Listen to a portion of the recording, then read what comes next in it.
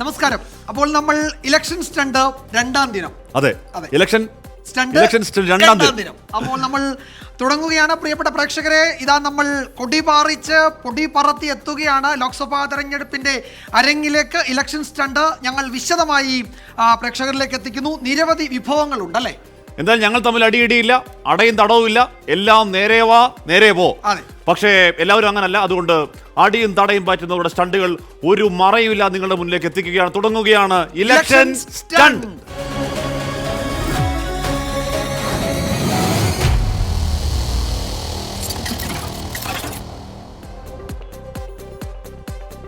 അപ്പോൾ കേൾക്കുന്നത് ലോക്സഭാ തെരഞ്ഞെടുപ്പ് നമ്മളുടെ പടിവാതിൽക്കൽ മുറ്റത്തെത്തി നിൽക്കുന്നു എന്നാണ്. ഇന്നിപ്പോൾ മുഖ്യ തെരഞ്ഞെടുപ്പ് കമ്മീഷണർ ഒറ്റയ്ക്കൊരു വാർത്താ സമ്മേളനം നടത്തി. അദ്ദേഹത്തിന് ഒറ്റയ്ക്ക് വാർത്താ സമ്മേളനം നടത്താൻ കശ്മീരിലേക്ക് പോയ സമയത്ത് പറഞ്ഞാണ്. അദ്ദേഹത്തോട് അപ്പോൾ എപ്പോൾ തെരഞ്ഞെടുപ്പ് എന്ന് ചോദിക്കുമ്പോൾ അദ്ദേഹം പറയുന്നത് തെരഞ്ഞെടുപ്പ് കമ്മീഷന്റെ ഫുൾ കോറം ഉണ്ടാവണം എന്ന സൂചന. അങ്ങനെ പറഞ്ഞില്ല, പക്ഷേ അദ്ദേഹത്തിന്റെ വാക്കുകളിൽ അങ്ങനെ ഒരു സൂചന. അപ്പോൾ എനിക്ക് തോന്നുന്നു വെള്ളി ശനി ദിവസങ്ങളിലൊക്കെ നമ്മൾ പ്രതീക്ഷിക്കുന്നുണ്ട് എടുക്കുക എന്നുള്ളത്. അതിനപ്പുറത്തേക്ക് പോവില്ല. അപ്പോൾ എന്തായാലും ഈ ആഴ്ച അവസാനിക്കുന്നു, അടുത്ത ആഴ്ച തുടക്കം, അതൊക്കെ നമ്മൾ പ്രതീക്ഷിക്കുന്നു അല്ലേ? അപ്പോൾ നമ്മളുടെ മുറ്റത്തുണ്ട് തെരഞ്ഞെടുപ്പ്. അപ്പോൾ നമുക്ക് അങ്ങനെ തെരഞ്ഞെടുപ്പിന്റെ പടിവാതിൽക്കലേക്ക് നമ്മൾ എത്തുന്ന സമയത്താണ് നമ്മൾ ഈ ചൂടുള്ള പ്രചാരണ വിവരങ്ങൾ, മറ്റ് പ്രതികരണങ്ങൾ, ഏറ്റുമുട്ടലുകൾ ഒക്കെ ആയിട്ട് എത്തുന്നത്. അപ്പോൾ തുടങ്ങുകയാണ് ചൂടുള്ള വാർത്തകളുടെ ഒരു ഇലക്ഷൻ ഹോട്ട്.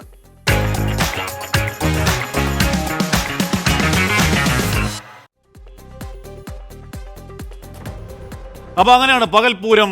അന്തിക്ക് കവലയിൽ ഒരു കരിമരുന്ന് പ്രയോഗം. അർദ്ധരാത്രിയിലും ഉറക്കമില്ലാതെ തലയാട്ടി ചെവിയാട്ടി സ്ഥാനാർത്ഥികൾ അല്ലെങ്കിൽ സ്ഥാനാർത്ഥിമാർ.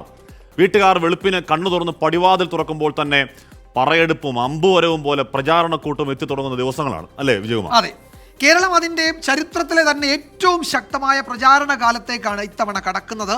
എല്ലാ പാർട്ടികളിലെയും ദേശീയ നേതൃത്വം മുഴുവൻ എന്ന് വെച്ചാൽ മുഴുവൻ കേരളത്തിലെത്തുന്ന പ്രചാരണ കാലത്തിന് കൊടിയേറുകയാണ്. ആ കൊടിയേറ്റത്തിൻ്റെ ഏറ്റവും ചടുലമായ കാഴ്ചകളിലേക്കാണ് നമ്മൾ ആദ്യം പോകുന്നത്. കാണാം. തലസ്ഥാന മണ്ഡലമായ തിരുവനന്തപുരത്ത് പൊരിഞ്ഞ പോരാണ്. UDF മുന്നോട്ട് വയ്ക്കുന്നത് വിശ്വപൗരൻ ശശി തരൂരിനെ. തിരുവനന്തപുരം തിരിച്ചുപിടിക്കാൻ LDF കളത്തിലിറക്കുന്നത് ജനകീയ മുഖം പന്നിയൻ രവീന്ദ്രൻ. ത്രികോണപ്പോര് കടുപ്പിക്കാൻ BJPയുടെ കേന്ദ്രമന്ത്രി രാജീവ് ചന്ദ്രശേഖർ. സാക്ഷാൽ ONV കുറിപ്പ് പോലും തോൽവിയുടെ ചൂടറിഞ്ഞ് തിരുവനന്തപുരത്ത് ഇക്കുറി തീപാറും. ആരും തർക്കിച്ചിട്ട് കാര്യമില്ല. അച്ചട്ടായി ഒന്ന് പറയാം. കഴിഞ്ഞ ലോക്സഭാ തെരഞ്ഞെടുപ്പ് വരെ കേരളത്തിൽ ഒരേ ഒരു മണ്ഡലത്തിലായിരുന്നു ത്രികോണ മത്സരം. അത് തിരുവനന്തപുരമായിരുന്നു.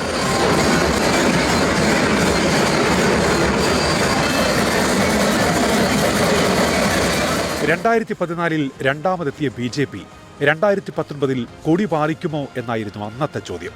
അതിന്റെ പൊലിമയിൽ ആറ്റിങ്ങലും പത്തനംതിട്ടയും പാലക്കാടും കാസർഗോഡുമൊക്കെ ഒന്ന് പൊടിപാറി. എന്നാൽ അവിടെ ഒന്നും തെരഞ്ഞെടുപ്പ് ഫലത്തിൽ ത്രികോണം തെളിഞ്ഞില്ല. ഒരേയൊരു നിയമസഭാ മണ്ഡലത്തിൽ മാത്രമാണ് BJP ഒന്നാമതെത്തിയത്. അത് നിയമമായിരുന്നു. രണ്ടാമതെത്തിയത് 140-ൽ 7 മാത്രവും. ഇത്തവണ കഥ മാറുമോ? ചോദ്യം ആദ്യം ഉയർന്നത് മാസങ്ങൾക്ക് മുൻപേ തൃശൂരിലാണ്. ചലച്ചിത്ര താരം സുരേഷ് ഗോപിയുടെ സ്ഥാനാർത്ഥിത്വത്തോടെ ദേശീയ ശ്രദ്ധ നേടിയ മണ്ഡലമാണ് തൃശൂർ. പത്മജ വേണുഗോപാലിന്റെ BJP പ്രവേശനവും K മുരളീധരന്റെ വരവും തൃശൂരിനൊരുക്കുന്നത് പൊളിറ്റിക്കൽ സസ്പെൻസ്. മുൻമന്ത്രിയും CPIയുടെ ജനകീയ മുഖവുമായ VS സുനിൽകുമാർ ഇടതു സ്ഥാനാർത്ഥിയായതോടെ തൃശൂരിലെ പോരാട്ടം തീപാറും. തിരുവനന്തപുരം മുതൽ വയനാടും കടന്ന് കാസർഗോഡ് വരെ പോയാൽ ഒരു കാര്യം തെളിഞ്ഞു വരും. ഇത്തവണ ഏതെങ്കിലും പാർട്ടിക്ക് മാത്രം അനുകൂലമായി സംസ്ഥാന വ്യാപക തരംഗം കാണാനില്ല. തിരുവനന്തപുരത്ത് ആഗോള പൗരത്വവും ആഗോള അനുഭവ സമ്പത്തും നാട്ടുപെരുമയുമാണ് മാറ്റുരയ്ക്കുന്നത്. ആറ്റിങ്ങലിൽ ശിവഗിരിയിൽ നിന്നുള്ള ആ മന്ത്രം 3 വശത്തു നിന്നും ഉയരുന്നുണ്ട്. ഒരു ജാതി, ഒരു മതം, ഒരു ദൈവം. ആലപ്പുഴയിൽ 2 വട്ടം ജയിച്ച മഹിമ മാത്രമല്ല ഇപ്പോൾ KC വേണുഗോപാലിന്. അഖിലേന്ത്യാ കോൺഗ്രസ് കമ്മിറ്റിയിലെ രണ്ടാമന്റെ തലയെടുപ്പിലാണ് വരവ്.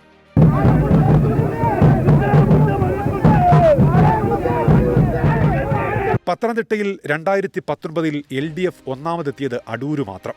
കൊല്ലത്തും തിരുവനന്തപുരത്തും ഒരിടത്തുമില്ല. ആറ്റിങ്ങലിൽ നെടുമങ്ങാട് ഇടത്. ഇക്കഥയിൽ നിന്നാണ് LDF കരകയറി വരേണ്ടത്. അതെളുപ്പമാണോ? ത്രികോണ മത്സരം പോയിട്ട് നേരിട്ടുള്ള പോരിന്റെ ലക്ഷണം പോലും ആലപ്പുഴയും പാലക്കാടും ഒഴികെ ഒരിടത്തും അന്നുണ്ടായിരുന്നില്ല. ഏറെ പ്രചാരണ കോലാഹലമുണ്ടായ വടകരയിൽ LDF ആകെ മുന്നിലെത്തിയത് തലശ്ശേരിയിൽ മാത്രവുമാണ്. ഇത്തവണ കഥ മാറുമോ? വടകരയിൽ കനത്ത ചൂടാണ്. അതിനെ ഒരു പരിധിവരെ ഈ കുട വെച്ച് മറയ്ക്കാം. അതിലും 10 മടങ്ങാണ് ഇവിടുത്തെ രാഷ്ട്രീയ ചൂട്. അത് ശമിക്കണമെങ്കിൽ തെരഞ്ഞെടുപ്പ് കൊടിയിറങ്ങണം. Mattannur MLA KK ശൈലജയും Palakkad MLA Shafi പറമ്പിലും യുവമോർച്ച സംസ്ഥാന അധ്യക്ഷൻ പ്രഫുൽ കൃഷ്ണയും ഏറ്റുമുട്ടുമ്പോൾ വടകരയിൽ ഇത്തവണ തീപാറും പോരാട്ടം. 2024 ത്രികോണം 1 തൃശൂർ, ത്രികോണം 2 തിരുവനന്തപുരം, ത്രികോണം 3 പാലക്കാട്, ആറ്റിങ്ങൽ, ഇങ്ങനെ കാസർഗോഡ് വരെ പ്രവചിക്കുന്നുണ്ട് രാഷ്ട്രീയ ജ്യോത്സ്യന്മാർ. വയനാട് ആനി രാജ എന്ന ദേശീയ നേതാവിനെ CPI ഇറക്കിയപ്പോൾ BJP കൊണ്ടുവരാൻ പോകുന്ന ആ സർപ്രൈസ് എന്തായിരിക്കും? അതാണ് ഇപ്പോഴത്തെ അവശേഷിക്കുന്ന ഒന്നൊന്നര ചോദ്യം.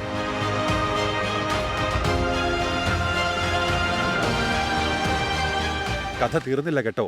പത്മജ വരികയും മമ്പറം ദിവാകരൻ ഇറങ്ങിക്കയറുകയും ചെയ്തു. CAA എന്ന പൗരത്വ നിയമം രാജ്യത്ത് ഏറ്റവും കൂടുതൽ ചർച്ച ചെയ്യപ്പെടുന്ന സംസ്ഥാനങ്ങളിലൊന്ന് കേരളമാകും. ഇങ്ങനെയൊക്കെയാണെങ്കിലും ഒരു കാര്യം മറക്കരുത്. കഴിഞ്ഞ 2 നിയമസഭാ തെരഞ്ഞെടുപ്പുകളിലും 2019 ലോക്സഭാ തെരഞ്ഞെടുപ്പിലും കേരളത്തിൽ തരംഗമുണ്ടായിരുന്നു. നിയമസഭയിൽ 2 തവണ ഇടതുവശത്തേക്കും ലോക്സഭയിൽ ഐക്യപക്ഷത്തേക്കും വീശിയ കൊടും ചുഴലി. അങ്ങനൊരു ചുഴലി ഇത്തവണ വീശുമോ? Election desk 24. വിജയകുമാർ ചേറും ചാറാടിയും ചേട്ടൻ പറയാണ് കേന്ദ്ര അരി കേരള അരി അടിപൊളി അടിപൊളിയേ. അതായത് ഭരണം മത്സരാധിഷ്ഠിതമാകട്ടെ. ഇതേ മാതൃകയിൽ കേന്ദ്ര പെട്രോളും കേരള പെട്രോളും കൂടി തന്നാൽ എന്റെ വോട്ട് പകുതി വീതം BJPക്കും പകുതി വീതം CPM-നും. അത് കൊള്ളാം അല്ലേ? അതൊരു നല്ല നിർദ്ദേശമാണ്. നമ്മളത് മുന്നോട്ട് വയ്ക്കാം. പലരും SKN എവിടെയെന്ന് ചോദിക്കുന്നുണ്ട് അല്ലേ? അദ്ദേഹം മറ്റു ചില സ്റ്റണ്ടുകളായി മറ്റു ചില സ്ഥലങ്ങളിലാണ്. എല്ലാവരും സ്റ്റണ്ടുകളിൽ തന്നെയാണ്. അതെ, സ്റ്റണ്ടുകൾ തന്നെ. തെരഞ്ഞെടുപ്പ് കാലമായതുകൊണ്ട് സ്റ്റണ്ടുകളിലാണ് എല്ലാവരും. അപ്പോൾ ഇനി നമ്മൾ കടക്കുകയാണ് മണ്ഡല പരിചയത്തിലേക്ക്. നമ്മൾ ഒരു മണ്ഡലത്തെ സമഗ്രമായി പരിചയപ്പെടാൻ പോവുകയാണ്.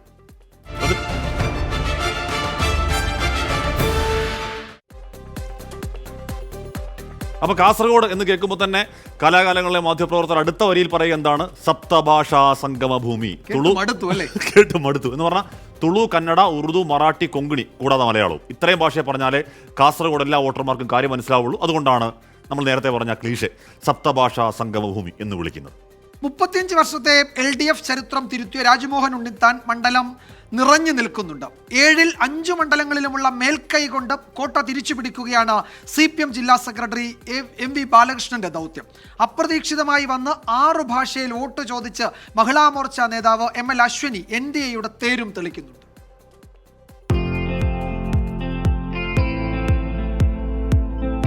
ഉത്തര കേരളമെന്നും അത്ഭുതങ്ങളുടേതായിരുന്നു. 1ാം ലോക്സഭയിലെ പ്രതിപക്ഷ ശബ്ദമായിരുന്ന AKGയെ ജയിപ്പിച്ച മണ്ണ്. സാക്ഷാൽ EK നായനാർ അന്നത്തെ യുവനേതാവായിരുന്ന രാമചന്ദ്രൻ കടന്നപ്പള്ളിയോട് തോറ്റതും ഇവിടെയാണ്. 3.5 പതിറ്റാണ്ടിന്റെ CPIM തുടർ വിജയം തകർത്ത് കാസർഗോഡുകാരുടെ സ്വന്തം ഉണ്ണിച്ചയായി മാറിയ രാജ്മോഹൻ ഉണ്ണിത്താൻ വിജയം തുടരുമോ? ഇവിടെ ചോദ്യങ്ങൾ അനവധി. സപ്തഭാഷാ സംഗമഭൂമിയാണ് കാസർഗോഡ്. കല്യാശ്ശേരിയും കാഞ്ഞങ്ങാടും കഴിഞ്ഞാൽ പിന്നെ മലയാളത്തിന് വേഗം കൂടും. ജില്ലയുടെ വടക്കോട്ട് പോകും തോറും മലയാളം തുളുവും കന്നഡയും ഉറുദുവും മറാഠിയും കൊങ്ങിണിയുമൊക്കെയായി മാറും. ಈ ಸಲ ಇಲೆಕ್ಷನ್ ಬರ್ತಾ ಉಂಟು, ಸ್ಟಾರ್ಟ್ ಆಯಿತು ಅದರ ಇದು. ಈ ಸಲ ಕಳೆದ ಸಲ LDF ಇದ್ದ ಕೋಟೆಯನ್ನು UDF ಉಣ್ಣಿತಾನು ಹಿಡ್ದಿದೆ, ಕೋಟೆಯನ್ನು ಹಿಡ್ದಿದ್ದಾರೆ. ಈ ಸಲ ಹೇಗೆ ಹೇಳಿ ಗೊತ್ತಿಲ್ಲ, ಕಠಿಣ ಸ್ಪರ್ಧೆ ಇದೆ. BJP ಓಟ್ ಹೇಗೆ ತಿರುಗುತ್ತದೆ ಆ ಲೆಕ್ಕದಲ್ಲಿ ಓಟಿನ ಇದು ತಿರುಗುತ್ತದೆ. ಯಾರು ಗೆಲ್ತಾರೆ ಹೇಳಲಿಕ್ಕೆ ಆಗುದು. ಆ ಲೆಕ್ಕದಲ್ಲಿ ಮೂರು സ്ഥാനാർത്ഥിಗಳು കഠിനമായി പരിശ്രമിച്ചിದ್ದಾರೆ. മലയാളം കൊണ്ട് ഏറ്റില്ലെങ്കിൽ ഇംഗ്ലീഷോ ഹിന്ദിയോ ആണ് സ്ഥാനാർത്ഥികളുടെ തുറുപ്പുചീട്ട്. ജില്ലയുടെ വടക്കു ഭാഗത്തുള്ള മഞ്ചേശ്വരത്തും ജില്ലാ കേന്ദ്രമായ കാസർഗോഡും മാത്രമാണ് UDFന് മേൽക്കോയ്മ. ഇവിടങ്ങളിൽ 2ാം സ്ഥാനത്ത് BJPയും. ഉദുമ, കാഞ്ഞങ്ങാട്, തൃക്കരിപ്പൂർ, പയ്യന്നൂർ, കല്യാശ്ശേരി എന്നിവിടങ്ങളിൽ LDFും. ജനങ്ങൾക്ക് ഇന്ന് അത് നഷ്ടബോധം ഉണ്ടായിട്ടുണ്ട്.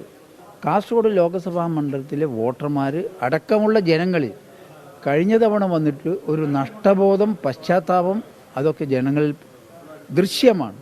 അവരുടെ അഭിപ്രായ പ്രകടനം ഇത്തവണ ജയിച്ചേ പറ്റൂ, LDF ജയിക്കും. 1991 KC വേണുഗോപാലിന് പോലും ലഭിക്കാത്ത നേട്ടമാണ് 2019 രാജ്മോഹൻ ഉണ്ണിത്താൻ കരസ്ഥമാക്കിയത്. ചെങ്കോട്ട എന്ന് വിശേഷിപ്പിച്ച കാസർഗോഡിന്റെ ചരിത്രം രാജ്മോഹൻ ഉണ്ണിത്താൻ തിരുത്തി. 2ാം അംഗത്തിൽ കാര്യങ്ങൾ കൂടുതൽ എളുപ്പമെന്ന് സ്ഥാനാർത്ഥി. കാസർഗോഡിന്റെ സ്വകാര്യ ദുഃഖങ്ങൾ ഒന്ന് എൻഡോസൾഫാനാണ്. എൻഡോസൾഫാന്റെ ഇരകളോട് ഒരു നീതിയും പുലർത്താൻ ഇന്ന് കേരളം ഭരിക്കുന്ന സർക്കാർ തയ്യാറായിട്ടില്ല. അവർക്ക് ഒരു പുനരധിവാസ ഗ്രാമം ഉണ്ടാക്കുമെന്ന് 2020 പറഞ്ഞ് തറക്കല്ല് ഇട്ടതാണ്. 10 മാസം കൊണ്ട് പൂർത്തിയാക്കുമെന്ന് പറഞ്ഞു. 2022 പണി തുടങ്ങി, 24 അതിൻ്റെ ഒരു ഫ്ലോർ മാത്രം പൂർത്തിയാക്കി. മാത്രമല്ല 29,000 ആളുകൾ മെഡിക്കൽ ക്യാമ്പ് കാത്തുകെട്ടി കിടക്കുകയാണ്, നടത്തുന്നില്ല. മാത്രമല്ല അവർക്ക് പെൻഷനില്ല, മരുന്നില്ല, ചികിത്സയില്ല. ഇപ്പോൾ ഒരു പുതിയ പ്രഖ്യാപനം വന്നു.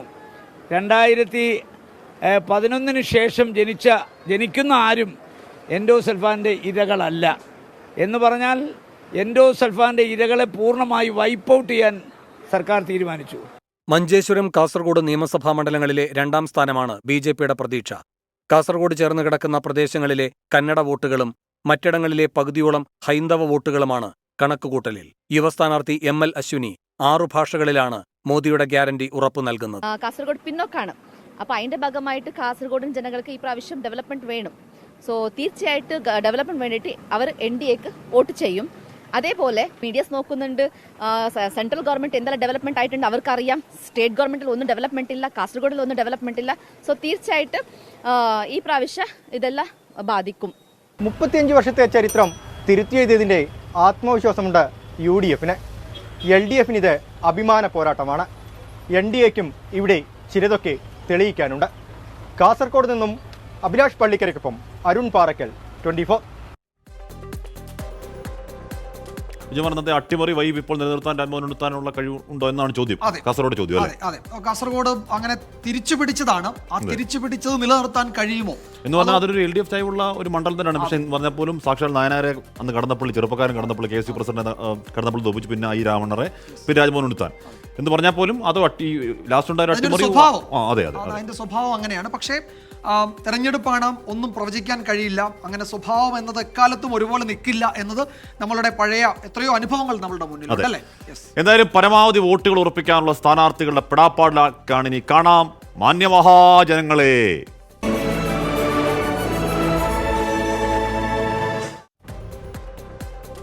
നമ്മൾ കാസർഗോഡ് 7 ഭാഷയിൽ വോട്ട് ചോദിക്കുന്ന ആ പ്രചാരണ രംഗത്ത് നിന്ന് ഗുജറാത്തിയിൽ ചുമരെഴുതിയ ആലപ്പുഴയിലെ കൊറ്റയോട്ടമാണ്. അതിഥി തൊഴിലാളികൾക്കായി ഹിന്ദിയിലും ബംഗാളിയിലും ചുമരെഴുത്ത് പതിവാണെങ്കിലും ആലപ്പുഴയിലെ ശ്രദ്ധ നേടുന്നത് ഗുജറാത്തിയിലെ എഴുത്താണ്. അതാണ് നമ്മൾ ഇനി പോകുന്നത്. വിജയകുമാർ, തമാനെ കെംജെ എന്ന് പറഞ്ഞാൽ സുഖമാണോ എന്ന് ഗുജറാത്തിൽ ചോദിച്ചാൽ ഗൂഗിളിൽ ഇപ്പൊ നോക്കി അത് മാത്രമേ കാണുള്ളൂ. തമാനെ കെംജെ എന്ന് മാത്രമേ കാണുള്ളൂ. പക്ഷെ അതിന്റെ ഉത്തരം എന്താണെന്ന് ഗൂഗിളിൽ നോക്കി കിട്ടിയില്ല. മലയാളം തന്നെ എനിക്ക്. അപ്പോൾ എന്ന് പറഞ്ഞാൽ ഇങ്ങനെയാണ്. ആലപ്പുഴ ഇക്കുറി അതിശക്തമായ പോരാട്ടം നടക്കുന്നു. KC വേണുഗോപാൽ അവിടെ ഇറങ്ങുന്നു. ദേശീയ നേതാവിന്റെ സാന്നിധ്യം കൊണ്ട് ആലപ്പുഴ ശ്രദ്ധേയമാവുകയാണ്. മാത്രമല്ല കഴിഞ്ഞ തവണത്തെ ആ കനൽത്തരി ഇക്കുറി പൂർവാധികം ശക്തിയോടെ നിലനിർത്തുക എന്നുള്ളത് LDFന്റെ പ്രസ്റ്റീജ് ഇഷ്യൂ ആണ്. ശോഭാ സുരേന്ദ്രൻ കൂടി എത്തുകയാണ് എന്ന് പറയുമ്പോൾ കൂടി അവിടെ മത്സരം കടുക്കും. ഏത് രീതിയിൽ എങ്ങോട്ടൊക്കെ വോട്ട് പോകുമെന്നൊക്കെ ആർക്കും പറയാൻ കഴിയില്ല. അപ്പോൾ അതുകൊണ്ടാണ് ഈ ഗുജറാത്തികളടക്കമുള്ളവരിലേക്ക് കൂടി ആഞ്ഞിറങ്ങാനുള്ള രാഷ്ട്രീയ പാർട്ടികൾ. നമ്മൾ എറണാകുളത്ത് പലപ്പോഴും ഞാൻ തമിഴ് പോസ്റ്ററുകൾ കണ്ടിട്ടുണ്ട്. വാതുരുത്തി പോലുള്ള തമിഴ് കോളനികളിൽ തമിഴ് പോസ്റ്ററുകൾ വോട്ട് കൊടുക്കുക. അത് അവിടെ AIADMK ഉണ്ട്, DMK ഉണ്ട്, PMK ഒക്കെ ഉണ്ട്. അവർ കേരളത്തിൽ ആരെങ്കിലും ഒക്കെ സഹായിക്കാറാണ് പതിവ്. പക്ഷേ ഈ ഗുജറാത്തി പോസ്റ്ററുകൾ ഒരുപക്ഷെ പുതിയ അനുഭവമായിരിക്കും അല്ലേ. അതെ. അപ്പോൾ എന്തായാലും ആലപ്പുഴയിൽ നമ്മൾ ഗുജറാത്തി പതിനാണ് നമ്മൾ കാണും. അതിനു മുമ്പ് ജസ്റ്റ് ഒന്ന് പോകുന്നു കണ്ടതും കേട്ടതും.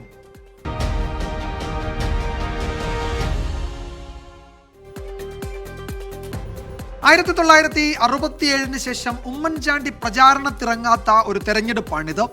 എല്ലാ മണ്ഡലങ്ങളിലും മാത്രമല്ല പലയിടത്തും ബൂത്ത് തല യോഗങ്ങളിൽ പോലും ഉമ്മൻചാണ്ടി എന്ന നേതാവ് എത്തുമായിരുന്നു. കുടുംബ യോഗങ്ങളിലേക്ക് വിളിക്കുന്നവരോട് പോലും ഉമ്മൻചാണ്ടി നോ എന്ന് പറയാറേ ഉണ്ടായിരുന്നില്ല.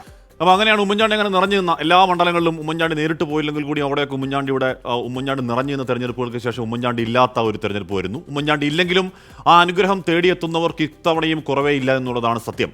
പുതുപ്പള്ളിയിലെ കല്ലറയിലേക്ക് സ്ഥാനാർത്ഥികൾ ഒരു തീർത്ഥാടക മനോഭാവത്തോടെ എത്തിക്കൊണ്ടേയിരിക്കുകയാണ് അനുഗ്രഹം തേടാൻ.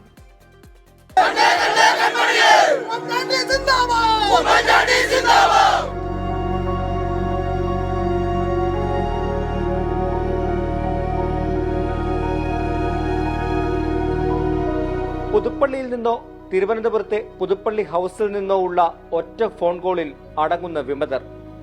സ്ലിപ്പ് കൊടുക്കാൻ പോലും ആളില്ലെന്ന് സ്ഥാനാർത്ഥി പറഞ്ഞാൽ ഒറ്റ വിളിയിൽ ഒരു ആൾക്കൂട്ടത്തെ തന്നെ ഇറക്കിക്കൊടുക്കുന്ന നേതാവ്. ഇത്തവണ കഷ്ടമാണ് എന്ന് വിലപിക്കുന്ന സ്ഥാനാർത്ഥികൾക്കായി 4 പൊതുയോഗങ്ങളിൽ കൂടുതൽ പങ്കെടുക്കാൻ മടിയില്ലാത്തയാൾ. ബൂത്തെങ്കിൽ അത്, കുടുംബയോഗമെങ്കിൽ അതും, എവിടെയും എത്തുമായിരുന്നു ഉമ്മൻചാണ്ടി.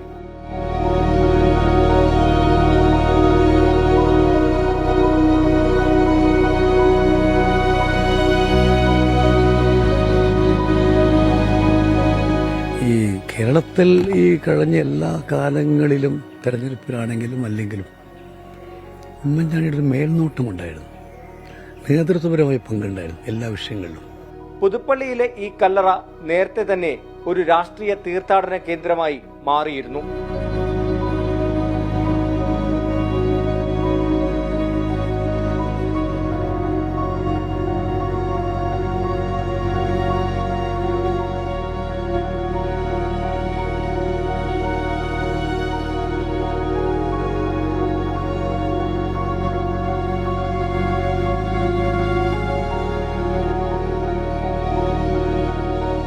സാറുണ്ടായിരുന്നെങ്കിൽ ഇപ്പം അങ്ങനെ ഒരു തീരുമാനം വന്ന ശേഷം ആദ്യം വിളിക്കുന്നതും തീരുമാനത്തിന്റെ ചർച്ച നടക്കുമ്പോൾ ചിലപ്പോൾ ആദ്യം വിളിച്ച് അന്വേഷിക്കുന്നതും ധൈര്യം തരുന്നതും അവിടെ എന്തെങ്കിലും ചെറിയ കാര്യങ്ങളുണ്ടെങ്കിൽ അതിലൊക്കെ വിളിച്ച് അന്വേഷിക്കുന്നതൊക്കെ സാറാവുമായിരുന്നു. ഞാൻ സാറ് ശരിക്കും അവർക്കൊരു കരുത്ത് തന്നെയാണ് ഇപ്പോഴത്തെ ഈ പ്രത്യേക സാഹചര്യത്തിൽ. എന്താണെന്ന് ചോദിച്ചു കഴിഞ്ഞാൽ സാറ് ശരിക്കും പറഞ്ഞു കഴിഞ്ഞാൽ നമ്മൾ പറഞ്ഞ പോലെ ആരുടെയും മനസ്സിൽ ഇതുവരെ മരിച്ചിട്ടില്ല. UDF സ്ഥാനാർത്ഥികൾ മാത്രമല്ല, എതിർചേരിയിലുള്ള സ്ഥാനാർത്ഥികളും ഈ ജനകീയ നേതാവിന്റെ അനുഗ്രഹം തേടി പുതുപ്പള്ളിയിലേക്ക് എത്തുന്നുണ്ട്.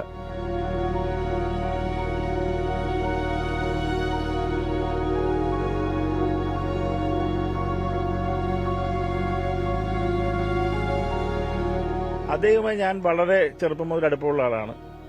നിങ്ങൾക്കൊക്കെ ഓർമ്മയുണ്ടോയെന്ന് അറിയില്ല, CK ജീവൻ എന്ന് പറയുന്ന എൻ്റെ പഴയ സുഹൃത്തുണ്ട്, അദ്ദേഹം മരിച്ചുപോയി.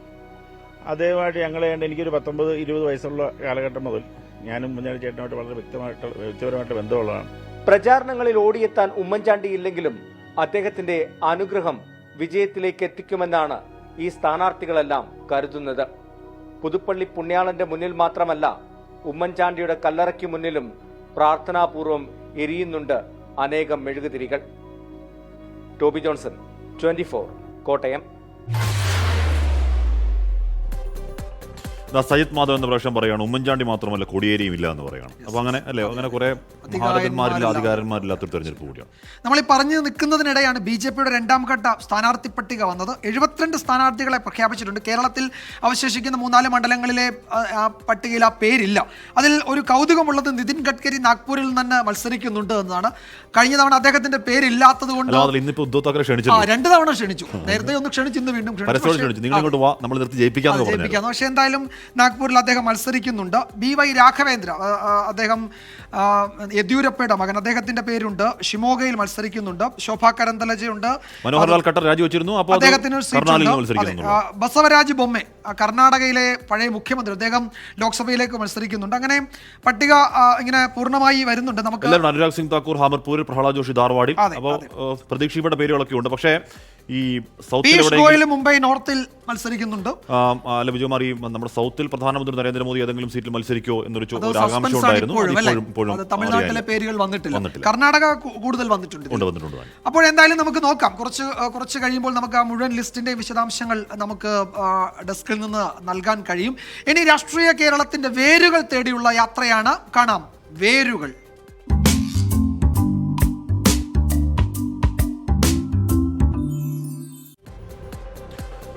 അപ്പോൾ ഒരു ബസ് ജീവനക്കാരും വിദ്യാർത്ഥികളും തമ്മിലുള്ള ഒരു സാധാരണ ഏറ്റുമുട്ടൽ എന്ന് പറഞ്ഞാൽ നമുക്കറിയാമല്ലോ. അങ്ങനെ ബസ്സുകളിൽ എന്താണ് പ്രീ ഡിഗ്രി സമയത്തൊക്കെ ബസ് കൺസ്ട്രക്ഷൻ്റെ പേരിലൊക്കെ ഒരു സാധാരണ ഏറ്റുമുട്ടൽ, അത് ഒരു നാടിൻ്റെ മുഴുവൻ സ്വാസ്ഥ്യം എക്കാലത്തേക്കുമായി കെടുത്തിയ സംഭവത്തിൻ്റെ പേരാണ് തങ്കമണി. 1987 അന്നൊരു തെരഞ്ഞെടുപ്പ് ഫലത്തെ വരെ നിർണ്ണയിച്ചു. ഇടുക്കി ജില്ലയിലെ കട്ടപ്പനയിൽ നിന്നും 22 കിലോമീറ്റർ അകലെയാണ് തങ്കമണി, കാമാക്ഷി പഞ്ചായത്തിലെ ചെറിയൊരു വാർഡ്. അന്ന് 4 ബസ്സുകളാണ് കട്ടപ്പനയിൽ നിന്ന് തങ്കമണിയിലേക്ക് സർവീസ് നടത്തുന്നത്. 2 KSRTC ബസ്സുകളും 2 സ്വകാര്യ ബസ്സുകളും. ഈ ബസ്സുകളുടെ എല്ലാം പെർമിറ്റ് കട്ടപ്പന തങ്കമണി റൂട്ടിലാണ്. 2 സ്വകാര്യ ബസ്സുകളിൽ ഒന്നായ എലൈറ്റ് പതിവായി കട്ടപ്പനയിൽ നിന്ന് 2 കിലോമീറ്റർ ഇപ്പുറം പാറമട വരെ സർവീസ് നടത്തുന്നുള്ളൂ. ഒരു ദിവസം 4 വിദ്യാർത്ഥികൾ പ്രതിഷേധിച്ചു. ആ പ്രതിഷേധം നാടിന്റെ ചരിത്രം തന്നെ മാറ്റിയ കഥയാണ് തങ്കമണിക്ക് പറയാനുള്ളത്.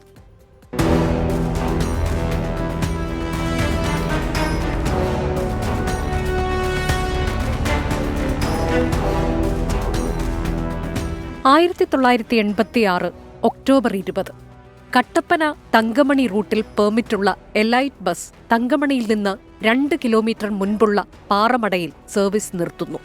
ആളുകളെ ഇറക്കിവിടുന്നു. പല ദിവസവും ഇത് ആവർത്തിച്ചതിൽ ക്ഷുഭിതരായ വിദ്യാർത്ഥികൾ പ്രതിഷേധിക്കുന്നു. 4 വിദ്യാർത്ഥികൾ ബസ്സിൽ തന്നെ തുടരുന്നു. അവരെ ഇറക്കിവിടാനുള്ള ശ്രമം പരാജയപ്പെടുന്നു. ജീവനക്കാർ 2 വിദ്യാർത്ഥികളെ തള്ളിയിട്ട് മുന്നോട്ട്. 2 പേരുമായി ബസ്സിനുള്ളിലും മൽപ്പിടുത്തം തുടരുന്നു. കട്ടപ്പന പോലീസ് സ്റ്റേഷനിലേക്ക് ഓടിച്ചു കയറ്റിയ ബസ്സിൽ നിന്ന് ഇറക്കിയ വിദ്യാർത്ഥികൾക്ക് സ്റ്റേഷനിൽ വെച്ച് ക്രൂരമർദ്ദനം. നാട്ടുകാർ കൂട്ടം കൂടി സ്റ്റേഷനിലെത്തി. രക്ഷിതാക്കളുടെ മുന്നിൽ വച്ചും പോലീസ് 2 കുട്ടികളെ ക്രൂരമായി മർദ്ദിച്ചു. ഒടുവിൽ നാട്ടുകാർ പ്രതിഷേധം തുടർന്നതോടെ വിദ്യാർത്ഥികളെ മോചിപ്പിച്ചു. പിറ്റേന്ന് രാവിലെ 11-ന് പതിവ് സർവീസിനെത്തിയ ബസ് വിദ്യാർത്ഥികളും നാട്ടുകാരും തടഞ്ഞുവയ്ക്കുന്നു. മാപ്പ് പറയാൻ ആവശ്യപ്പെടുന്നു. തങ്കമണി സെയിന്റ് തോമസ് സ്കൂളിന് മുന്നിൽ വലിയ സംഘർഷാവസ്ഥ. വൈകിട്ട് കൂടുതൽ പോലീസ് എത്തുന്നു. ആൾക്കൂട്ടത്തെ പിരിച്ചുവിടാൻ വെടിവെക്കുന്നു. നാട്ടുകാരനായ എബ്രഹാം കോഴിമല വെടിയേറ്റ് മരിച്ചു. രാത്രി പ്രതികളെ പിടിക്കാനായി 50ഓളം പോലീസുകാർ വീടുകൾ തോറും കയറിയിറങ്ങി. ദമ്പതികൾ കിടന്ന മുറികളിൽ വരെ കയറി. സ്ത്രീത്വത്തെ അപമാനിച്ചെന്ന് 42 പരാതികൾ. 2 രാത്രികളിൽ പോലീസ് വീടുകളിൽ കയറി എന്നായിരുന്നു ആരോപണം. വയലാർ രവിയെ മാറ്റി അക്കാലത്ത് മാത്രം ആഭ്യന്തര വകുപ്പ് ഏറ്റെടുത്ത കെ കരുണാകരൻ വിമർശന മുനയിലായി. മാസങ്ങൾക്കുള്ളിൽ നടന്ന തെരഞ്ഞെടുപ്പ് പ്രചാരണത്തിനിടെ സ്ത്രീകൾ ബലാത്സംഗം ചെയ്യപ്പെട്ടുവെന്ന വിഷയം വ്യാപകമായി ചർച്ച ചെയ്യപ്പെട്ടു. 1987-ലെ ആ തെരഞ്ഞെടുപ്പിൽ 78 സീറ്റ് നേടി EK നായനാർ സർക്കാർ അധികാരമേറ്റു. ബലാത്സംഗമെന്ന് ഒരു പരാതിയിലും ഉണ്ടായിരുന്നില്ലെന്ന് അന്നു മുതൽ കേസ് പിന്തുടരുന്ന ജോൺ പെരുവന്താനത്തെപ്പോലുള്ള സാമൂഹിക പ്രവർത്തകർ പറഞ്ഞുകൊണ്ടേയിരുന്നു. ഒരുപക്ഷെ ഒരു ജനാധിപത്യ രാജ്യത്ത് നമുക്ക് സങ്കല്പിക്കാൻ പോലും കഴിയാത്ത തരത്തിലുള്ള അതിക്രൂരവും മൃഗീയവുമായിട്ടുള്ള പോലീസ് നരനായിട്ടാണ് അന്ന് തങ്കമണിയിൽ സംഭവിച്ചിട്ടുള്ളത്. പക്ഷേ പിന്നീട് വ്യത്യസ്തമായിട്ടുള്ള ഒട്ടേറെ കഥകൾ, ആ കഥ അനുസരിച്ച് തങ്കമണിയിൽ പോലീസ് കൂട്ടബലാത്സംഗം നടത്തി എന്ന നിലയിലാണ് പിന്നീട് കേരളം ഒട്ടാകെ ഈ വിഷയം ചർച്ച ചെയ്യപ്പെട്ടത്. സത്യം എന്തെന്നറിയാൻ മാധ്യമങ്ങളും ഏറെ കഷ്ടപ്പെട്ട ദിവസങ്ങളായിരുന്നു അത്. പോലീസും സർക്കാരും ഭരണ പ്രതിപക്ഷ പാർട്ടികളും തെറ്റിദ്ധരിപ്പിക്കാൻ നിരന്തരം ശ്രമിച്ചുകൊണ്ടേയിരുന്നു.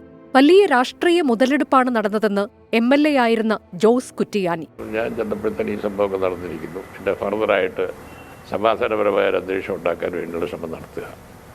പോലീസിന് ഫർദറായി അറസ്റ്റ് നിർത്തിച്ചു.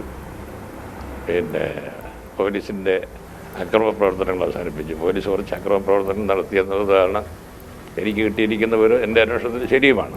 ജസ്റ്റിസ് ശ്രീദേവി കമ്മീഷന് മുന്നിൽ ലഭിച്ച മൊഴികളിൽ ഒന്നിലും ബലാത്സംഗ പരാതി ഉണ്ടായിരുന്നില്ല. എന്നാൽ അർദ്ധരാത്രി കിടപ്പുമുറിയിൽ മുന്നറിയിപ്പില്ലാതെ കയറിയ പോലീസ് തെളിച്ച ടോർച്ചുകൾക്ക് മുന്നിൽ നിസ്സഹായരായി നിൽക്കേണ്ടി വന്നതുൾപ്പെടെയുള്ള അപമാനകരമായ സ്ഥിതി നിരവധി സ്ത്രീകൾ വിവരിച്ചു.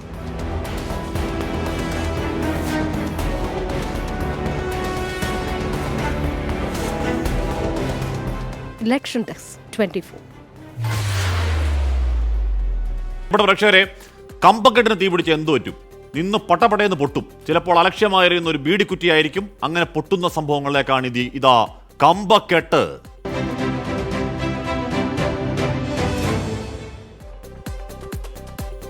നേതാക്കളെ അങ്ങനെ ചാക്കിട്ടു പിടിക്കാൻ പലരും നീക്കം നടത്തുന്നത് ഇലക്ഷൻ കാലത്താണ്. ഇത്തരം നീക്കങ്ങളുടെ കഥകളാണ് ഇപ്പോൾ വരുന്നത്. പത്മജ വേണുഗോപാലിനെയും ദീപ്തി മേരി വർഗീസിനെയും CPM പാളയത്തിലെത്തിക്കാൻ ചരട് വലിച്ചത് മറ്റാരുമല്ല, സാക്ഷാൽ EP ജയരാജനാണ്. ജയരാജന്റെ വിവാദ വഴികളെക്കുറിച്ചാണ് ഇനി വിവാദങ്ങളുടെ സഹയാത്രികൻ. തൃക്കാക്കര ഉപതെരഞ്ഞെടുപ്പാണ് കാലഘട്ടം. പത്മജ വേണുഗോപാൽ പ്രചാരണ രംഗത്തില്ല. ഇതറിഞ്ഞാണ് EP ജയരാജൻ പത്മജയെ താൻ വഴി CPIM-ലേക്ക് ക്ഷണിച്ചതെന്ന് ദല്ലാളെന്നറിയപ്പെടുന്ന TG നന്ദകുമാറിന്റെ വെളിപ്പെടുത്തൽ.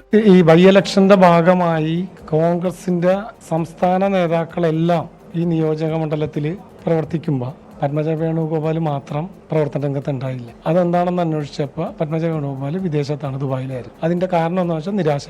അങ്ങനെ EP ജയരാജനുമായിട്ട് ഈ വിഷയം സംസാരിച്ചപ്പോൾ അദ്ദേഹം പറഞ്ഞ് ബന്ധപ്പെടാൻ പറഞ്ഞു. പത്മജ വേണുഗോപാൽ ബന്ധപ്പെട്ടു. അദ്ദേഹം സംസാരിച്ചു എൻ്റെ ഫോണിൽ നിന്ന്. അപ്പം നമ്മൾ LDFന്റെ ഭാഗമാകണതിനെ കുറിച്ച് അദ്ദേഹം പറഞ്ഞതനുസരിച്ച് സംസാരിച്ചു. ഇന്ന് LDF കൊടുക്കാമെന്ന് പറഞ്ഞൊരു ഓഫർ എന്ന് പറയുന്നത് അവരെ മാന്യമായി അക്കോമഡേറ്റ് ചെയ്യാൻ അന്ന് അവർക്കൊരു നല്ല പദവി എന്ന് പറയുന്നത് വനിതാ കമ്മീഷൻ. പക്ഷേ വനിതാ കമ്മീഷൻ റീകോൺസ്റ്റിറ്റ്യൂട്ട് ചെയ്തിട്ടുണ്ടായുള്ളൂ. അപ്പം ഞാൻ ചോദിച്ചതിന് അങ്ങനെ ഒരു സംഭവം പറഞ്ഞാൽ നടക്കുമോ? പറഞ്ഞോളാൻ പറഞ്ഞ് ഞാൻ സൂചിപ്പിച്ചു. തൃക്കാക്കര ഉപതെരഞ്ഞെടുപ്പിൽ സ്ഥാനാർത്ഥിയാകാൻ EP ജയരാജൻ ക്ഷണിച്ചെന്ന വെളിപ്പെടുത്തലുമായി കോൺഗ്രസ് നേതാവ് ദീപ്തി മേരി വർഗീസും രംഗത്തെത്തി. അങ്ങനെ അത്തരത്തിലുള്ള ഓഫറൊന്നും വെച്ചിട്ടൊന്നുമില്ല. പക്ഷേ അങ്ങനൊരു ക്ഷണമുണ്ടായി എന്നുള്ളത് യാഥാർത്ഥ്യമാണ്. പക്ഷേ അത് എനിക്ക് അത്തരത്തിൽ ചിന്തിക്കേണ്ട ഒരു ആവശ്യമില്ലാത്തതുകൊണ്ടും ഞാൻ വളരെ ശക്തമായി കോൺഗ്രസിൽ വന്ന കാലം മുതൽ നിൽക്കുന്നൊരു വ്യക്തിയായതുകൊണ്ടും അത്തരം ഓഫറുകളൊന്നും എടുക്കാൻ എനിക്ക് താല്പര്യമില്ലാത്തതുകൊണ്ട് ഞാൻ വളരെ അന്ന് തന്നെ അത് താല്പര്യമില്ല എന്ന് പറയുകയുണ്ടായിട്ടുണ്ട്. വിവാദങ്ങൾ EP ജയരാജന് പുത്തരിയല്ല. കട്ടൻ ചായയും പരിപ്പുവടയും കഴിച്ച് ബെഞ്ചിൽ കിടന്നുറങ്ങിയ കാലം കമ്മ്യൂണിസ്റ്റുകളെ സംബന്ധിച്ച് കഴിഞ്ഞെന്ന് EP ജയരാജൻ പ്രഖ്യാപിച്ചത് 2007 മൊറാഴയിൽ DYFI സമ്മേളനത്തിലായിരുന്നു. CPIM-ലെ സൈദ്ധാന്തിക ആചാര്യന്മാർ ആരും അന്ന് പ്രതികരിച്ചില്ല. അല്ലെങ്കിലും പാർട്ടി വിമർശിക്കുന്ന മുതലാളിത്തവും നവലിബറൽ നയങ്ങളുമൊന്നും EP-യെ ഏശാറുമില്ല. ലളിത ജീവിതം നയിച്ച് ജനങ്ങളിലേക്ക് പാർട്ടി പ്രവർത്തകരും നേതാക്കളും ഇറങ്ങണമെന്ന് ആഹ്വാനം ചെയ്ത 2013 പാലക്കാട് പ്ലീനത്തിന് തൊട്ടടുത്ത ദിവസം കോട്ടയത്ത് കർഷക തൊഴിലാളി മാർച്ചിന് EP ജയരാജൻ എത്തിയത് 1 കോടി രൂപയുടെ ലാൻഡ് റോവറിൽ. കള്ള് പോഷകാഹാരമെന്ന പ്രഖ്യാപനം EP നടത്തിയിട്ട് ഏറെ നാളായില്ല. കള്ള് യഥാർത്ഥത്തിൽ ഒരു നല്ലൊരു പോഷകാഹാര വസ്തുവാണ്. അത് രാവിലെ എടുത്ത ഉടനെ തന്നെ അത് ഉപയോഗിക്കുന്നതിൽ വലിയ കുറ്റം പറയാനോ അല്ലെങ്കിൽ അതൊരു ലഹരിയായി മാറുന്നില്ല. ഗവൺമെൻറ് ഇന്നലെ മദ്യനയം പ്രഖ്യാപിച്ചിട്ടേ ഉള്ളൂ. പൊതുവേ എല്ലാ തൊഴിലാളികളും സംഘടനകളും അത് അംഗീകരിക്കുന്നതായിട്ടാണ് എനിക്ക് തോന്നിയിട്ടുള്ളത്. 2007 EP ജയരാജൻ ദേശാഭിമാനി ജനറൽ മാനേജറായിരിക്കെ 2 വിവാദം വലിയ വാർത്തയായി. ലിസ് എന്ന പണമിരട്ടിപ്പ് സ്ഥാപനത്തിനെതിരായ കേസുകൾ ഒത്തുതീർക്കാൻ ഉടമ ചാക്കോയിൽ നിന്ന് പണം വാങ്ങിയെന്ന ആരോപണമായിരുന്നു ഒന്ന്. അടിസ്ഥാനരഹിതമായ ആരോപണമെന്ന് CPIM അന്വേഷണ കമ്മീഷൻ കുറിച്ചു. ലോട്ടറി രാജാവ് സാന്റിയാഗോ മാർട്ടിനിൽ നിന്ന് 2 കോടി രൂപ ബോണ്ട് വാങ്ങിയെന്നായിരുന്നു മറ്റൊരാരോപണം. വിവാദം ശക്തമായതോടെ പണം മടക്കി നൽകി CPIM തലയൂരി. 2010 കണ്ണൂരിൽ EK നായനാർ സ്മാരക ഫുട്ബോൾ ടൂർണമെന്റിന്റെ മുഖ്യ സ്പോൺസറായി ഫാരിസ് അബൂബക്കറെ കൊണ്ടുവന്നതും EP ജയരാജനാണ്. പാർട്ടിയിൽ ശുദ്ധീകരണത്തിന് തുടക്കമിട്ട പാലക്കാട് പ്ലീനത്തോടനുബന്ധിച്ച് ദേശാഭിമാനി പുറത്തിറക്കിയ സപ്ലിമെന്റിൽ VM രാധാകൃഷ്ണൻ എന്ന വിവാദ വ്യവസായിയുടെ പരസ്യം വന്നതും ചർച്ചയായി. പോലീസ് പരിശോധന നടത്തി പരസ്യം സ്വീകരിക്കാനാവില്ലെന്നായിരുന്നു EP-യുടെ നിലപാട്. തിരുവനന്തപുരം മാഞ്ഞാലിക്കുളത്തെ പഴയ ദേശാഭിമാനി മന്ദിരം ഇതേ വ്യവസായി MD ആയിരുന്ന സ്ഥാപനത്തിന് കോടികൾക്ക് വിറ്റതും വാർത്തയായി. മുസ്ലിം ലീഗിനെ മുന്നണിയിലേക്ക് ക്ഷണിച്ചും EP ജയരാജൻ വാർത്ത സൃഷ്ടിച്ചിട്ടുണ്ട്. UDF നാറി നശിച്ചുകൊണ്ടിരിക്കുകയാണ്. ആ നാറികളായിട്ടുള്ള അഴിമതിക്കാരായിട്ടുള്ള ഭരണത്തെ താഴെ ഇറക്കാൻ ആര് മുന്നോട്ട് വന്നാലും അതിനെ സ്വീകരിക്കും. മുസ്ലിം ലീഗ് മുന്നോട്ട് വന്നാൽ തീർച്ചയായും സ്വീകരിക്കും. ഈ RSPയെക്കാളും ഏറ്റവും മെച്ചപ്പെട്ട നിലപാടാണ് ഇപ്പോൾ അവർ സ്വീകരിച്ചുകൊണ്ടിരിക്കുന്നത്. 1ാം പിണറായി സർക്കാരിന്റെ കാലത്ത് ഭാര്യ സഹോദരി PK ശ്രീമതി ടീച്ചറുടെ മകൻ സുധീർ നമ്പ്യാരെ വ്യവസായ വകുപ്പിന് കീഴിലെ സ്ഥാപനത്തിൽ MD-ആയി നിയമിച്ചതും വിവാദമായി. ജയരാജന് മന്ത്രിസ്ഥാനം നഷ്ടപ്പെടുന്നതിലേക്ക് വിവാദം അന്ന് വളർന്നു. 2ാം പിണറായി സർക്കാരിന്റെ തുടക്കത്തിലാണ് വിമാന കമ്പനിയായ ഇൻഡിഗോയുടെ വിലക്ക് EP-ക്ക് മേൽ വന്നത്. മുഖ്യമന്ത്രിക്കെതിരെ 2 യൂത്ത് കോൺഗ്രസുകാർ പ്രതിഷേധിച്ചതും തുടർ സംഭവങ്ങളുമാണ് വിലക്കിന് കാരണമായത്.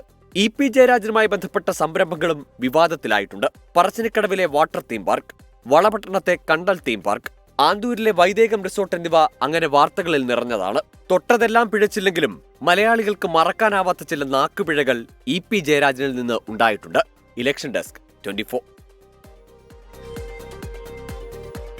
അങ്ങനെ മറക്കാൻ കഴിയാത്ത 1, 2, 3, 4 സംഭവങ്ങളൊന്നും അല്ല പറഞ്ഞിട്ട് തീരുന്നില്ല അല്ലേ? ബിജു, നമ്മുടെ ആ വേരുകൾ എന്ന സെഗ്മെന്റ് പ്രേക്ഷക ഹൃദയങ്ങളിലേക്ക് ആഴത്തിൽ വേരുണ്ടോ ഇപ്പോ ഒരു പ്രേക്ഷകൻ പറയാണ് കുംഭകോണം എങ്ങനെയാണ് അഴിമതിക്കുള്ള പര്യായപദം സാധനം. പിന്നെ കക്കയത്തെ ഹമീദ് കക്കയത്തെ കാര്യം പറയുന്നു. അപ്പോൾ അത് അത്ര ഇൻട്രസ്റ്റിംഗ് ആണ്. അതൊക്കെ അടുത്ത ദിവസങ്ങളിൽ പ്രിയപ്പെട്ട പ്രേക്ഷകർക്ക് കാണാൻ കഴിയും. പക്ഷെ അതൊന്നുമല്ല, അതൊക്കെ മേലെ വളരെ ഇൻട്രസ്റ്റിംഗ് ആയിട്ടുള്ള കുറെ അധികം സാധനങ്ങൾ നമ്മുടെ പിന്നണിയിൽ ആവാനാഴിയിൽ തയ്യാറാകുന്നുണ്ട്. കാത്തിരിക്കും അല്ലേ? അപ്പോൾ നമ്മൾ നേരത്തെ പറഞ്ഞ ആ വാർത്ത, പൊതുതെരഞ്ഞെടുപ്പിന് 2ാം ഘട്ട സ്ഥാനാർത്ഥി പട്ടിക BJP പ്രഖ്യാപിച്ചു. 72 മണ്ഡലങ്ങളിലാണ് ഈ ഘട്ടത്തിൽ സ്ഥാനാർത്ഥികളെ പ്രഖ്യാപിച്ചത്. കേന്ദ്രമന്ത്രിമാരായ നിതിൻ ഗഡ്കരി നാഗ്പൂരിലും അനുരാഗ് സിംഗ് ഠാക്കൂർ ഹാമിർപൂരിലും പ്രഹ്ലാദ് ജോഷി ധാർവാഡിലും മത്സരിക്കും. ഹരിയാന മുഖ്യമന്ത്രി സ്ഥാനത്ത് നിന്ന് രാജിവെച്ച മനോഹർലാൽ ഖട്ടർ കർണാലിൽ നിന്നാണ് ലോക്സഭയിലേക്ക് മത്സരിക്കാൻ പോകുന്നത്. ദിലീപ് കുമാർ ചേരുന്നു ഇലക്ഷൻ ഡെസ്കിൽ നിന്നും. ദിലീപ് കുമാർ, ഈ പട്ടികയിൽ ഒഴിവാക്കപ്പെട്ടവരുണ്ടോ? ഈ പട്ടികയിൽ ശ്രദ്ധേയമായ പേരുകൾ ഏതാണ്? ഈ പട്ടികയിൽ നരേന്ദ്രമോദിയുടെ പേരുണ്ടാകുമോ സൗത്തിൽ നിന്ന് എന്നൊരു ആകാംക്ഷ ഉണ്ടായിരുന്നു. അതെന്തായാലും ഇതിലില്ല. ദിലീപ് കുമാർ. ഹാഷ്മി വിജയകുമാർ, ഇപ്പോൾ 72 സ്ഥാനാർത്ഥികളുടെ പട്ടികയാണ് 2ാം ഘട്ടത്തിൽ BJP പുറത്തുവിട്ടിട്ടുള്ളത്. ഇത് പ്രധാനമായും കേരളത്തിലെ സ്ഥാനാർത്ഥികൾ ഈ പട്ടികയിലില്ല. അതായത് ഇനി 4 സ്ഥാനാർത്ഥികളുടെ പേര് കൂടിയാണ് BJP പ്രഖ്യാപിക്കേണ്ടത്. പക്ഷേ ഈ 4 സീറ്റുകളിലെ സ്ഥാനാർത്ഥികൾ ആര് എന്നതറിയാൻ ഇനിയും കാത്തിരിക്കേണ്ടി വരും. ഇപ്പോൾ പ്രഖ്യാപിച്ചിട്ടുള്ളത് ഡൽഹി, ഗുജറാത്ത്, ഹരിയാന, ഹിമാചൽ, കർണാടക തുടങ്ങിയ സംസ്ഥാനങ്ങളിലെ, മധ്യപ്രദേശ് തുടങ്ങിയ സംസ്ഥാനങ്ങളിലെ സ്ഥാനാർത്ഥികളുടെ പട്ടികയാണ്. 3 മുൻ മുഖ്യമന്ത്രിമാർ ഈ പട്ടികയിൽ ഇടം നേടിയിട്ടുണ്ട്. കർണാടകയിലെ മുൻ മുഖ്യമന്ത്രിയായിട്ടുള്ള ബൊമ്മെ, അതോടൊപ്പം തന്നെ ബസവരാജ് ബൊമ്മയും ഹരിയാന മുഖ്യമന്ത്രിയായ മനോഹർലാൽ ഖട്ടറും മുൻ ഉത്തരാഖണ്ഡ് മുഖ്യമന്ത്രിയും ത്രിവേന്ദ്ര സിംഗ് റാവത്തും ഈ പട്ടികയിൽ ഇടം നേടിയവരിൽ പെടുന്നു. കോൺഗ്രസ് നേതാവായിരുന്ന അശോക് തൻവർ, അദ്ദേഹം BJPയിൽ ചേർന്നിട്ട് അധികകാലമായില്ല. അദ്ദേഹം സിർസയിൽ നിന്നാണ് ജനവിധി തേടുന്നത്. നിതിൻ ഗഡ്കരി ആദ്യ പട്ടികയിൽ പേരില്ലാതിരുന്നു. വലിയ വാർത്ത ഇതുമായി ബന്ധപ്പെട്ടുകൊണ്ട് ഉയരുകയും ചെയ്തിരുന്നു. നിതിൻ ഗഡ്കരി അദ്ദേഹത്തിൻ്റെ സ്വന്തം തട്ടകമായ നാഗ്പൂരിൽ നിന്ന്, RSSൻ്റെ ആസ്ഥാനം കൂടിയായ നാഗ്പൂരിൽ നിന്ന് വീണ്ടും ജനവിധി തേടുന്നു എന്ന പ്രത്യേകതയുണ്ട്. ബീഡിൽ മത്സരിക്കുന്നത് മുൻ കേന്ദ്രമന്ത്രിയും BJPയുടെ പ്രമുഖ നേതാവുമൊക്കെയായിരുന്ന ഗോപിനാഥ് മുണ്ടയുടെ മകളാണ് അവിടെ സ്ഥാനാർത്ഥിയായി മത്സരിക്കുന്നത്. ഏതായാലും ശോഭ കരന്തലജെ അടക്കമുള്ള പ്രമുഖരൊക്കെ ഈ കർണാടകയിലെ സ്ഥാനാർത്ഥി പട്ടികയിൽ ഇടം നേടിയിട്ടുണ്ട്. തേജസ്വി സൂര്യ ബാംഗ്ലൂർ സൗത്തിലാണ് മത്സരിക്കുന്നത്. ബാംഗ്ലൂർ റൂറലിൽ അവിടെ കോൺഗ്രസിന് ഇപ്പോൾ ഒരു MP ആണ് കർണാടകയിലുള്ളത്, DK സുരേഷ്. DK ശിവകുമാറിൻ്റെ സഹോദരനാണ്. DK സുരേഷിനെ ബാംഗ്ലൂർ റൂറലിൽ നേരിടുന്നത് ഡോക്ടർ CN മഞ്ജുനാഥാണ്. അത് ബാംഗ്ലൂരിലെ ഒരു പ്രമുഖ കാർഡിയാക് സർജനാണ്, ഹൃദ്രോഗ വിദഗ്ധനാണ്. അദ്ദേഹം ഈ തെരഞ്ഞെടുപ്പിൽ സ്ഥാനാർത്ഥിയാകുന്നു. അതുമാത്രമല്ല, അദ്ദേഹത്തിൻ്റെ സവിശേഷത ദേവഗൗഡയുടെ മരുമകൻ കൂടിയാണ് ഡോക്ടർ CN മഞ്ജുനാഥ്. അദ്ദേഹമാണ് ബാംഗ്ലൂർ റൂറലിൽ കോൺഗ്രസിൻ്റെ സ്ഥാനാർത്ഥിയായ DK സുരേഷ് വീണ്ടും മത്സരിക്കുന്ന ഇവിടെ BJP സ്ഥാനാർത്ഥിയായി മത്സരിക്കുന്നത് എന്ന പ്രത്യേകതയുണ്ട്. ഏതായാലും BJP രണ്ടാം ഘട്ട സ്ഥാനാർത്ഥി പട്ടികയാണ് ഇപ്പോൾ പുറത്തുവിട്ടിട്ടുള്ളത്. ഹാഷ്മി. യെസ്, അപ്പോൾ നാഗ്പൂരിൽ എന്തായാലും നമ്മളുടെ ഉപരിതല ഗതാഗത വകുപ്പ് മന്ത്രി അദ്ദേഹത്തിന്റെ സീറ്റ് അദ്ദേഹത്തിന് കിട്ടില്ല എന്ന ഒരു പ്രചാരണം ഉണ്ടായിരുന്നു. ഉദ്ധവ് താക്കറെ 1 അല്ല 2 അല്ല 3 തവണ അദ്ദേഹത്തെ വിളിച്ചു, മഹാസഖ്യത്തിലേക്ക് വിളിച്ചു. അപ്പോൾ നിതിൻ ഗഡ്കരിക്ക് അവിടെ സീറ്റുണ്ട് എന്നതാണ് ഈ BJPയുടെ രണ്ടാം ഘട്ട പട്ടികയിലെ ഏറ്റവും വലിയ വാർത്ത എന്ന് തോന്നുന്നു, അല്ലേ? അപ്പോൾ നമ്മൾ അടുത്തേക്ക് പോകുന്നത് നമ്മൾ നേരത്തെ മാന്യമഹാജനങ്ങൾ എന്നുള്ള സെഗ്മെന്റ് വായിച്ചായിരുന്നു. അത് കഴിഞ്ഞിട്ട് നമ്മൾ ആലപ്പുഴയിലെ കാര്യമൊക്കെ പറയാൻ വന്നു, പക്ഷേ ചെറുതായിട്ടൊന്നും വളരെ വായിക്കാൻ പറ്റിയില്ല. അപ്പോൾ 7 ഭാഷയിൽ കാര്യം പറഞ്ഞ കാസർഗോട്ടെ വാർത്ത നമ്മൾ നേരത്തെ കണ്ടു. ഗുജറാത്തിൽ ചുമരെഴുതിയ ആലപ്പുഴയിലെ വിശേഷങ്ങളിലേക്കാണ്. ആദ്യ തൊഴിലാളികൾക്കായി ഹിന്ദിയിലും ബംഗാളിയിലും ചുവരെഴുത്ത് പതിവാണെങ്കിലും ആലപ്പുഴയിൽ ശ്രദ്ധ തേടുന്നത് ഗുജറാത്തിയിലെ എഴുത്താണ്. ആലപ്പുഴ ഡച്ച് സ്ക്വയറിലെ ഗുജറാത്തി സ്ട്രീറ്റിലാണ് കൗതുകമുള്ള ഈ പ്രചാരണം. KC വേണുഗോപാലിനായി കോൺഗ്രസ് പ്രാദേശിക പ്രവർത്തകരാണ് ഈ പരീക്ഷണം നടത്തിയിരിക്കുന്നത്. കാണാം മാന്യമഹാജനങ്ങളെ.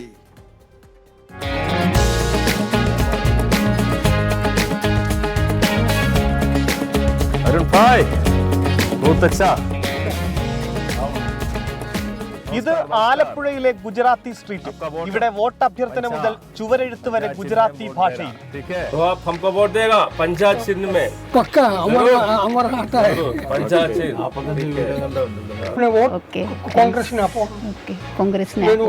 Venugopal. Okay, thanks.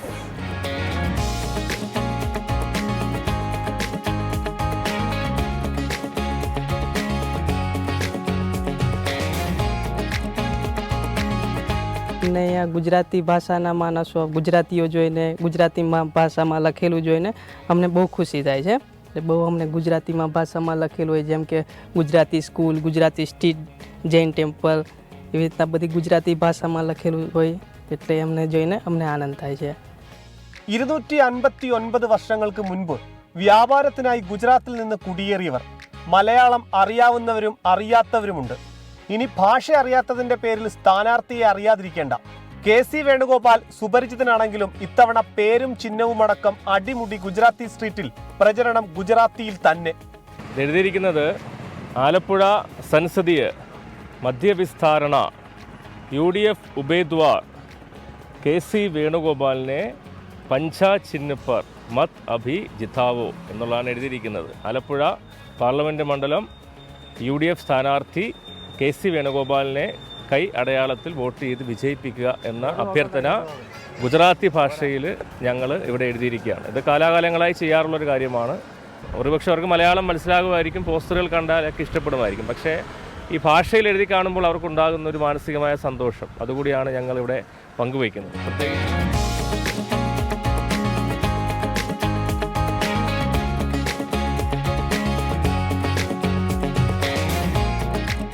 Vietnam colony ഉൾപ്പെടെ നിരവധി ഹിറ്റ് ചിത്രങ്ങൾ ഷൂട്ട് ചെയ്ത സിനിമാക്കാരുടെ ഇഷ്ട ലൊക്കേഷനാണ് ഈ തെരുവ്. ജൈനക്ഷേത്രം, രാമക്ഷേത്രം, ഗുജറാത്തി സ്കൂൾ, അങ്ങനെ പ്രതാപം മങ്ങാത്ത ഒരു കുഞ്ഞു ഗുജറാത്ത്. 47 കുടുംബങ്ങളിൽ നിന്നായി 64ഓളം വോട്ടർമാരുണ്ട്. നൂറുകണക്കിന് കുടുംബങ്ങളാണ് ആലപ്പുഴയിൽ ഉണ്ടായിരുന്നത്. വ്യവസായ മേഖല തളർന്നതോടെ ഇവരിൽ അധികം പേരും സ്വന്തം നാട്ടിലേക്ക് മടങ്ങി.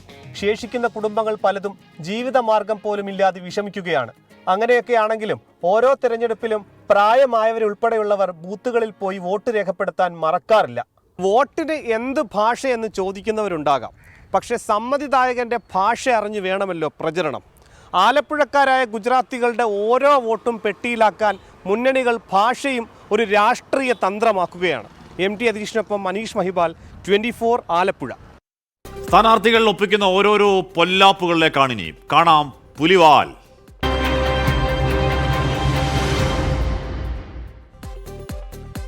ഇന്നാരാണ് പുലിവാൽ പിടിച്ചതെന്ന് നോക്കാം. പുൽവാമ ആക്രമണത്തിൽ വിവാദ പരാമർശവുമായി ആന്റോ ആന്റണി. ഇന്ത്യൻ ടെറിട്ടറിക്കുള്ളിൽ നടന്ന സംഭവത്തിന്റെ ഉത്തരവാദിത്വം കേന്ദ്ര സർക്കാരിനാണെന്നും അതിൽ പാകിസ്ഥാൻ എന്ത് പങ്ക് എന്നുമാണ് ആന്റോ ആന്റണി ചോദിക്കുന്നത്. ജവാന്മാരുടെ ജീവൻ ബലി കൊടുത്ത് തെരഞ്ഞെടുപ്പ് മുന്നിൽ കണ്ടാണെന്നും ആന്റോ ആന്റണി MP പറഞ്ഞു. അദ്ദേഹം പിടിച്ചതാണ് പുലിവാൽ. നമ്മുടെ 42 ജവാന്മാരുടെ ജീവൻ ബലി കൊടുത്തതല്ലേ. 40% പോലും ഓക്സിജൻ കണ്ടന്റ് ഇല്ലാത്ത പ്രദേശത്ത് അവിടെ പോയി കഷ്ടപ്പെട്ട് നിൽക്കുന്ന 42 ജവാന്മാരുടെ ജീവനല്ലേ ബലി കൊടുത്തിട്ടല്ലേ ഇവരെ കഴിഞ്ഞ തെരഞ്ഞെടുപ്പ് ജയിച്ചത്. ഇത് കൃത്രിമമായി സൃഷ്ടിച്ചതാണ് ഈ സ്ഫോടനം. ഈ 42 ജവാന്മാരുടെ മരണത്തിന് ഗവൺമെന്റിന് ഉത്തരവാദിത്വം ഉണ്ടെന്ന് പറഞ്ഞില്ലേ. ഇത് പാകിസ്ഥാൻ ഇൻവോൾവ്മെന്റ്.